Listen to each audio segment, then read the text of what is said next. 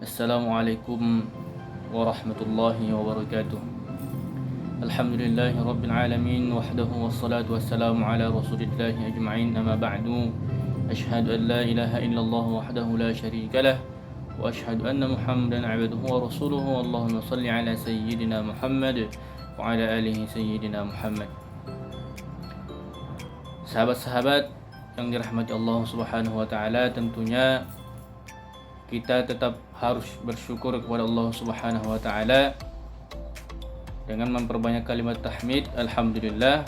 Namun kita perlu perhatikan bahwa kalimat tahmid ini hanyalah dasar daripada tanda rasa syukur kita terhadap Allah Subhanahu wa taala, kemudian dibuktikan dengan bukti-bukti rasa syukur kita mulai daripada ibadah sampai dengan mempergunakan kenikmatan-kenikmatan yang Allah berikan terhadap hal-hal yang baik dan positif.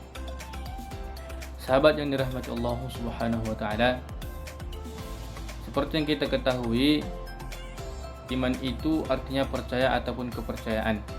Akan tetapi ada makna-makna yang terkandung di dalamnya. Imam Muslim dan juga Imam Bukhari mengatakan bahwa cabang daripada iman ini sampai melebihi daripada 70 cabang. Dan dikatakannya cabang yang tertinggi itu adalah kalimat syahadat asyhadu an la ilaha illallah wa asyhadu anna Muhammadan Rasulullah, yaitu mulai daripada mengenal sifat wajib bagi Allah, mustahil bagi Allah, wajib bagi Rasul, mustahil bagi Rasul, jaiz bagi Allah, jaiz bagi Rasul, sehingga terkumpul menjadi la ilaha illallah, kemudian ditambahi dengan malaikat-malaikat sehingga terkumpullah aqaidah iman yang mencapai predikat asyhadu an la ilaha illallah wa asyhadu anna Muhammadar Rasulullah. Kemudian apa cabang yang terendah? Yaitu cabang terendah ialah menyingkirkan sesuatu yang menghalangi jalan. Inilah sebuah peringkat iman paling terendah. Namun di sini saya akan membahas beberapa cabang daripada iman yang akan kita bahas nantinya. Baik. Salah satu cabang yang pertama ialah mengenai tentang takwa dan pergaulan yang baik. Bahwasanya iman juga termasuk takwa dan pergaulan yang baik. Jika seseorang yang tidak bertakwa dan pergaulannya tidak baik, maka dia tidak digolongkan terhadap golongan orang yang beriman. Bahwasanya hadis Rasulullah SAW, ittaqillaha haitsuma kunta wa'atbi'is hayyi'atal hasanah tamhuha wa khaliqun nasa bi khulqin hasanin. Yang mana artinya bertakwalah kepada Allah Subhanahu wa taala dimanapun engkau berada, dan ikutilah keburukan dengan kebaikan, niscaya kebaikan akan menghapuskan keburukan sebelumnya, dan pergaulilah manusia dengan pergaulan yang baik. Jadi jelas di sini disebutkan bahwasanya kita itu harus bertakwa kepada Allah Subhanahu wa taala dan juga bergaul dengan orang yang baik untuk menghapus keburukan-keburukan kita yang lalu. Kemudian cabang yang selanjutnya berkata baik atau diam. Jadi seseorang dikatakan sudah beriman ketika dia sudah mulai pandai mengontrol lisannya, di mana ketika dia tidak bisa berkata baik, maka niscaya dia harus berdiam ataupun menutup mulutnya. Sesuai dengan hadis yang diriwayatkan oleh Imam Bukhari, di mana man kana yu'minu billahi wal yawmil akhir falyaqul khairan aw liyasmut. Yang mana artinya barang siapa yang sudah beriman kepada Allah Subhanahu wa taala dan hari akhir, hendaklah dia berkata baik ataupun diam.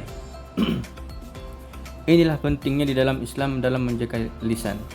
Mana kadang-kadang lisan kita yang salah dalam penyampaian karena kurangnya kepandaian dalam mengucapkan hal-hal yang baik, kita bisa melukai hati seseorang, di mana pertanggungjawaban mengenai hubungan kita dengan manusia sangatlah rumit di hari akhirat. Kalaulah hubungan dosa kita terhadap Allah Subhanahu wa taala, di mana Allah itu Maha Pengampun, maka kita hanya perlu bertaubat dan meminta pengampunan dari Allah. Akan tetapi jika kita telah berhubungan kesalahan terhadap sesama manusia, maka pertanggungjawabannya sampai di hari kiamat dan kita harus meminta maaf langsung kepada orangnya. Sehingga inilah dia pentingnya perintah mengenai tentang diam ataupun berkata baik. Nah, sahabat yang dirahmati Allah, untuk cabang yang ketiga ini adalah suatu peristiwa yang sangat meresahkan ataupun yang sangat darurat di masa zaman sekarang ini, yaitu tentang keutamaan malu, di mana kaum pemuda di zaman sekarang sudah hilang rasa malunya. Padahal seseorang itu dikatakan sudah beriman itu juga dipandang daripada sisi sifat malunya, di mana sabda yang diriwayatkan oleh beberapa imam, mulai daripada Imam Ahmad, Imam Tirmizi, Imam Ibnu Hibban dan Imam Al-Hakim, bahwasanya Rasulullah SAW bersabda di dalam hadis riwayat mereka, al-haya'u minal iman wal imanu fil jannah wal bada'u minal jafa'i wal jafa'i fin nar. Bahwasanya malu adalah bagian daripada iman, sedangkan iman tempatnya di surga, dan perkataan kotor adalah bagian dari tabiat kasar, sedangkan tabiat kasar tempatnya itu di neraka. Jadi jelas teman-teman yang dirahmati Allah, bahwasanya sifat malu itu sangatlah penting, karena seseorang itu dikatakan beriman juga bisa dipandang daripada sifat malunya. Jika seseorang itu tidak memiliki rasa malu, maka kita bisa pastikan imannya itu lemah. Tapi kita tidak boleh mengatakan bahwasanya dia itu tidak memiliki iman, namun kita bisa katakan imannya itu lemah. Seperti yang kita pandang ataupun yang kita lihat di zaman sekarang, anak muda-mudi yang sudah kehilangan rasa malu, bahkan hal-hal yang bisa dikatakan itu adalah hal yang memalukan, tetapi entah mengapa di pikiran mereka itu adalah suatu hal yang dapat dibanggakan. Jadi untuk kawan-kawan yang dirahmati Allah yang menonton video ini, maka perhatikanlah, timbulkan di dalam hati, di dalam diri rasa malu yang berlebihan itu juga diperbolehkan, daripada tidak memiliki rasa malu pun sama sekali. Itu sangat berbahaya yang berkaitan dengan keimanan kita terhadap Allah Subhanahu wa taala. Nah, sahabat yang dirahmati Allah, kemudian yang terakhir yang ingin saya sampaikan, cabang daripada iman, yaitu larangan untuk berbuat zalim, di mana ketika kita menghindari perbuatan zalim, maka kita juga telah melakukan cabang ataupun salah satu cabang daripada perbuatan iman, yang mana itu seperti hadis Rasulullah SAW, di mana Allah Subhanahu wa taala berfirman di dalam hadis kursi, ya. Qala Allahu tabaraka wa ta'ala, ya ibadi inni haramtu lizzalmi ala nafsi wa ja'altuhu bainakum mahrama fala tazalamu.